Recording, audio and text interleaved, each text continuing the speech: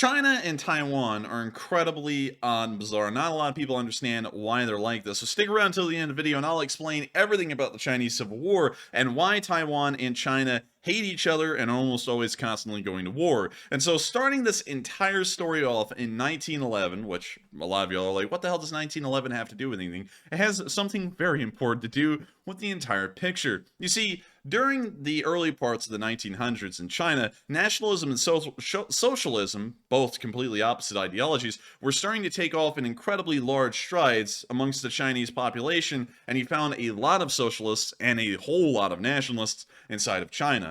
Now, one thing that a lot of Chinese wanted to see was that the Qing Dynasty, which was considered incredibly weak at the time and very subservient to Western powers, to break away from those kinds of shackles and become their own independent country that set their own interests.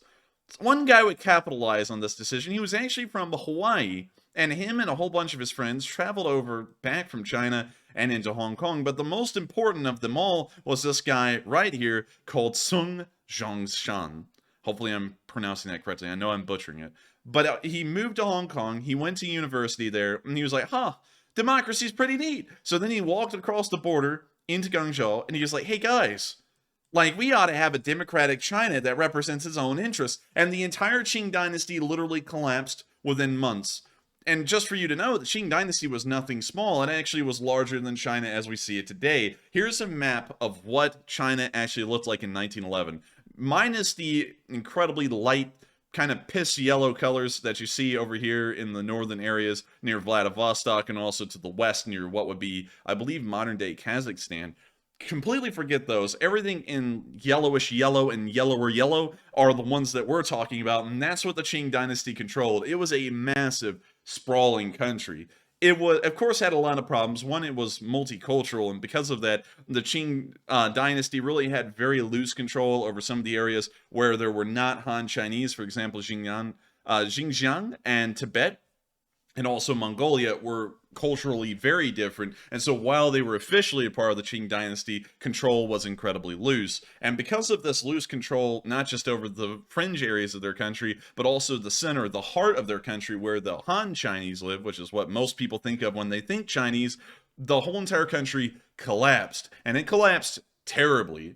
Moving on in after the Qing Dynasty collapsed were a whole bunch of people who wanted to fill the power vacuum of what had been left behind by the Qing Dynasty, and there were a lot of them. A few of them, of course, still subscribed to the beliefs of the nationalist ideology that Sun Zhongshan had brought into the country, and so these guys would go on to form what was called the Kuomintang, otherwise known as the KMT, and the official name of what they would control would be the Republic of China. It was almost going to be something similar to a democratically elected government, but in the end it would become a dictatorship because, well, the government was incredibly weak even though they were trying to make it a democratic nationalist country. Moving on into the 1920s, however, things were incredibly bad. This map makes it look somewhat good, and we'll get back to that one in a second, but this is what China actually looked like around 1925. These areas here in the south in blue were controlled by the Kuomintang, the Republic of China. Everything else in red was controlled by different warlords. These warlords were incredibly brutal people. Not only did they treat the citizens living in these areas terribly, but they also would attack each other, trying to take over more land and hopefully gain more wealth because of it. The nationalist Chinese had a little bit of a problem as well. A lot of these warlords were so strong that they could take on the KMT and possibly win. And so they decided to go to the next largest ideological group, which hadn't popped up as an official country and had not popped up as a warlord, and asked him for a little bit of help. The Communist Chinese. Because, of course, like I said earlier, socialism and nationalism were taking off, and while the nationalists were first to the pot and getting their own little plot of land, the Communist Chinese would take on a little while later, and these guys were led by none other than Mao Zedong. A lot of y'all may know this guy. He would become incredibly important later, and he would be the guy who led the Communist Chinese. And so Chiang Kai-shek came up to Mao Zedong and said, hey, you know, we got a lot of thugs in this country. All these guys controlling the red. Wouldn't you like to see this not be red and see all of China united under one flag? And, of course, Mao didn't think about Chiang Kai-shek pretty much just talking about his flag. And so Mao said, yeah, that would be great. Let's take him on. And so the socialists and the nationalists worked together for a little while. and actually crushed a lot of these warlords, and the few that would remain, of course, would be in the far fringes of the country where things were incredibly different, like Xinjiang, where a lot of Uyghur Muslims lived, and Tibet was just pretty much under the control of the Dalai Lama at this time. But they would largely succeed, and it went incredibly well. But one day, the idea of a united banner coming into play again meant that there could only be one China. There could not be a socialist and a nationalist China existing at the same time. There could only be one. And so instead of Chiang Kai-shek coming up and congratulating Mao on the successes that they both had together crushing the warlords in the center of China, which made the map look a little bit more like this, and then pretty much nationalist China, although I don't have a map for this, ended up controlling everything from Beijing all the way over to Gansu and then all the way down towards Guangxi. They controlled all of that by this point, and some of that had been helped out by the socialists. He finally came up to Mao and said, hey, you know, it's been great taking all of these thugs, but we just have one left. And Mao said, who? And Chiang Kai-shek said, you. And so he obliterated the communist Chinese and began to besiege them in nationalist towns further south in the Jiangxi province. Because of this, Mao saw that the nationalists and the socialists could not coexist peacefully. And, of course, Mao had no plans for that in the future. He was actually planning on still overthrowing Chiang Kai-shek and creating a socialist China. But at this point, all of that was beside them. They were in the middle of the siege. The communists were getting obliterated. They were starting to starve. And so they had to do something drastic. And so Mao decided to do something that no one ever thought the communists would survive through, much less even undertake. The Long March. The Long March was a multiple thousands-mile march by multiple parts of his army from the area of Jiangxi all the way up to the area of Yan'an, which is just north of Xi'an. You can actually still see this town on the map right here. And it holds a lot of significance to the communist Chinese because this will pretty much be where the communists grew for the next 10 years nearly. And so Mao moved all of his soldiers all the way through the Republic of China pretty much. If you look through this map, it was almost through everything that was controlled by the nationalist Chinese at this point, and all the way up to Yan'an, which is a mountainous area.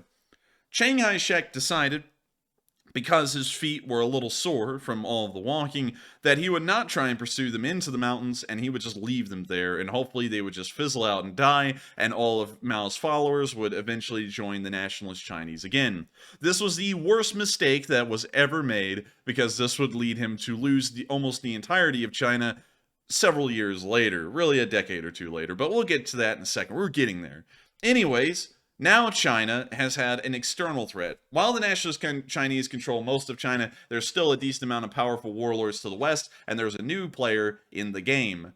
The Japanese. The Japanese had empire-spanning ambitions of their own and decided that they would like to have an economic sphere that is completely exclusive to them at the helm, and it was going to be called the Asian Co-Prosperity Sphere. And part of that goal was to pretty much bring China into that fold, and once again have them under the Japanese sphere of influence, unlike what was there about in 1911, which was the multinational, pretty much international sphere of influence that was over China.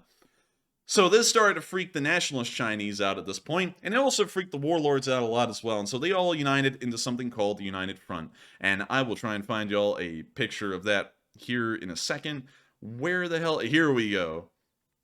United China, otherwise known as the Republic of China. All of the warlords are united under one flag, and minus the area of Manchuria, so just cut off everything right here when mouse cursor is moving and up, they controlled all of it.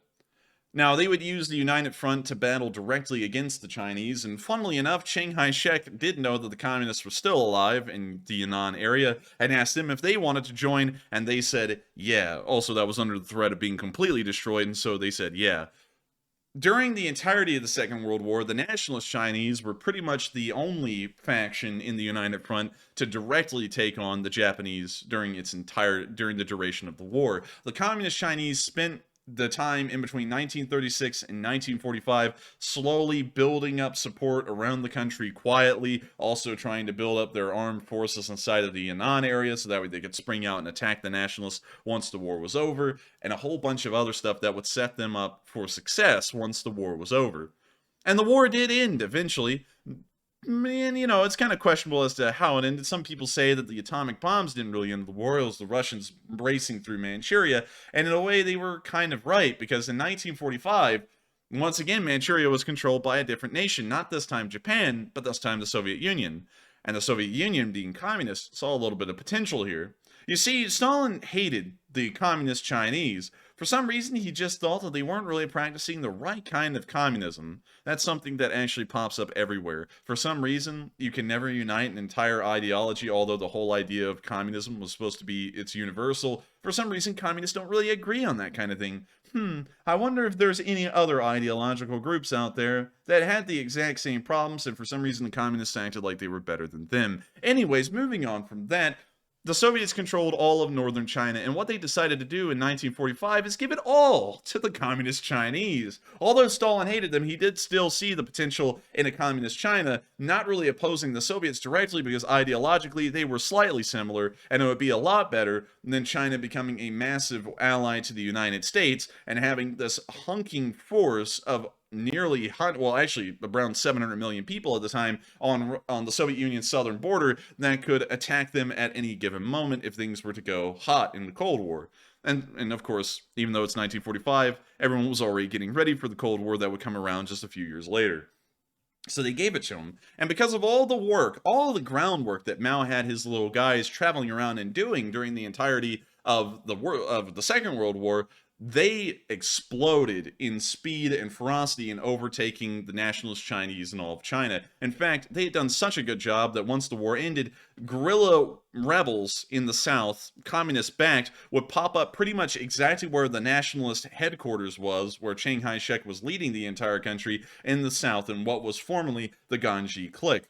So while the nationalist Chinese were trying to crush the internal guerrilla warfare rebellions that were going on in the south, the communist Chinese in the north were making massive progress. They would take Beijing, they would take Nanjing, they would take Shanghai, they would take Yan'an, they would take everything. Nothing was out of their reach. They were taking it all. And by the time of 1947 and 1948, it was pretty much decided by the majority of the Chinese public that the nationalist cause on the mainland was lost and it was time to leave. The nationalist armies weren't even fighting the communists by 1948 and 1949. They were in a constant route south, not even fighting, just running to try and get onto the next train and the next ship that would take them closer to shore, and then by ship outwards to sea to wherever they could go, where they could survive.